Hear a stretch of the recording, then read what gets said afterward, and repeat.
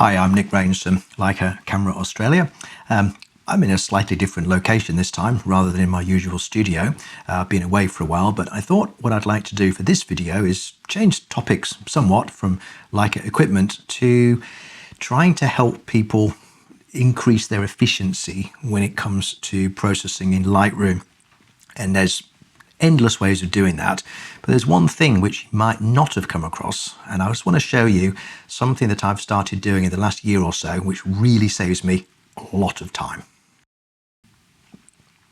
Now, you're probably familiar with the masking tools in Lightroom. They are part of my Lightroom course and they have developed dramatically over the years, and they are a completely essential part of my workflow. But what I haven't seen many people talking about is combining masking with presets. So what I want to show you is how, because the masks are generated from the image information itself, you can use masks on multiple images. And in the past, of course, if you did a local adjustment, like a graduated filter, that would be the same on each image, regardless of the image itself.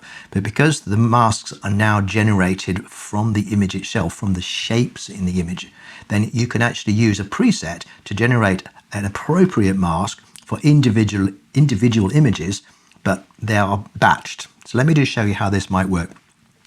Let's just talk about a standard landscape image. This is one that one of my colleagues sent me from Europe. And if you look at the histogram in the top right-hand corner, you'll see that the exposure is pretty much perfect. There's the tiniest gap in the highlights, so it's just about nailed the exposure, but overall the picture's just a little bit dark. Also, you may notice this double spike affair. You've got this highlight spike, or sort of mid-grey, I suppose, if you combine those, and then you've got shadows on the left-hand side, the histogram, and not much in the middle. This is a typical landscape histogram where the foreground, or the earth, the ground itself, tends to be considerably darker than the sky, because the sky is bright and the earth isn't. Very, very common to try and adjust those two things separately. And of course, in the past, we used to use graduated filters, and then we use graduated filters in Lightroom, but now we can do masks for the sky. We can do masks for the foreground. So why don't we just automate that? Let's just do that. So this image has no masks applied. If I go into the develop module and click on the mask tool in the right-hand side here, there are no masks applied. And I can simply select sky. Very, very quick and easy. There we go. As quick as, I haven't speeded that up at all. That's as quick as you could possibly want it. You'll see now that the sky has been selected and there's a little bit of bleed. If you look closely where my mouse is now, there's a little bit of pink bleed into the mountains itself. Now, I don't worry too much about that, but I can modify that mask. That would be the subject for a different video. Right now, I just want to show you that we can select the sky automatically. Here's the key thing though. I can also click the three little buttons on the mask itself. Now I can even rename that mask. In fact, why don't I do that? Let's call it sky. Okay. Then I can click the three little dots to the right, which usually means more options, and I can go duplicate and inverse. This now gives me everything which is not the sky. So whilst there's no select foreground option, simply by selecting the sky and then copying and inverting it, I end up with much the same thing. So now I have all the foreground selected. And if I double click on that, sky inverted, let's call that foreground. There we are. So now we have the image divided into two different regions. We've got the mountains, the fields, the building, the forest on one mask, and then we've got the sky on the other. And as you'll see, there is a little bit of bleed between the two, but this has the effect of not giving you a crisp edge between the two, and that means that the adjustments that you make will blend into one another reasonably well. So now we've got the foreground selected, and I'll turn off show overlay. That foreground, to me, on this screen, as I look at it, looks a little bit dark and a bit mushy. It's not really got much in terms of definition. I want to crispen that up. Common mistake, yes, I would call it a mistake, is to bump the shadows up. And if I do that, first of all, you'll see it's only affecting the foreground, not the sky. Look, that's lightened it up. It's not too bad, but it still looks to me a little bit lacking in contrast. The problem with the shadows in this image is not that they're too dark, because shadows are supposed to be dark. That's why they're called shadows. It's because there's a lack of contrast in the shadows. So rather than increasing the shadows, I will very frequently turn to my favorite tool, which is clarity.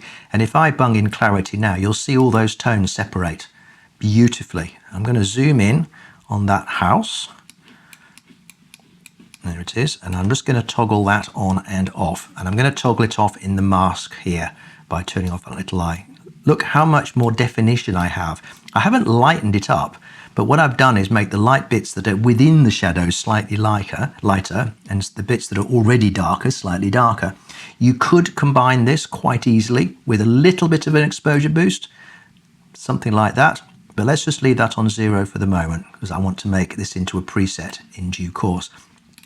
With the sky, very, very commonly, you have a lack of definition in the sky, and the best tool for that, and let me just choose the sky mask, turn off show overlay, is the dehaze. Now when I go to dehaze, there's two things that happens. One, and if I just go in crazy, you can see it's got darker and massively more saturated. So first of all, use sparingly, but I almost always combine a little bit of dehaze, around 30, with also an exposure boost of, let's say, half a stop, something like that, and a little bit of a saturation reduction as well to make it look more believable. So now if I toggle on and off the sky mask, you'll see that it's brightened up, it's perked right up, it's nice and crispy. So if I turn off both masks with the eye next to the mask title on the panel, you'll see how much more definition there is in the image. Key thing here is I can save this as a preset.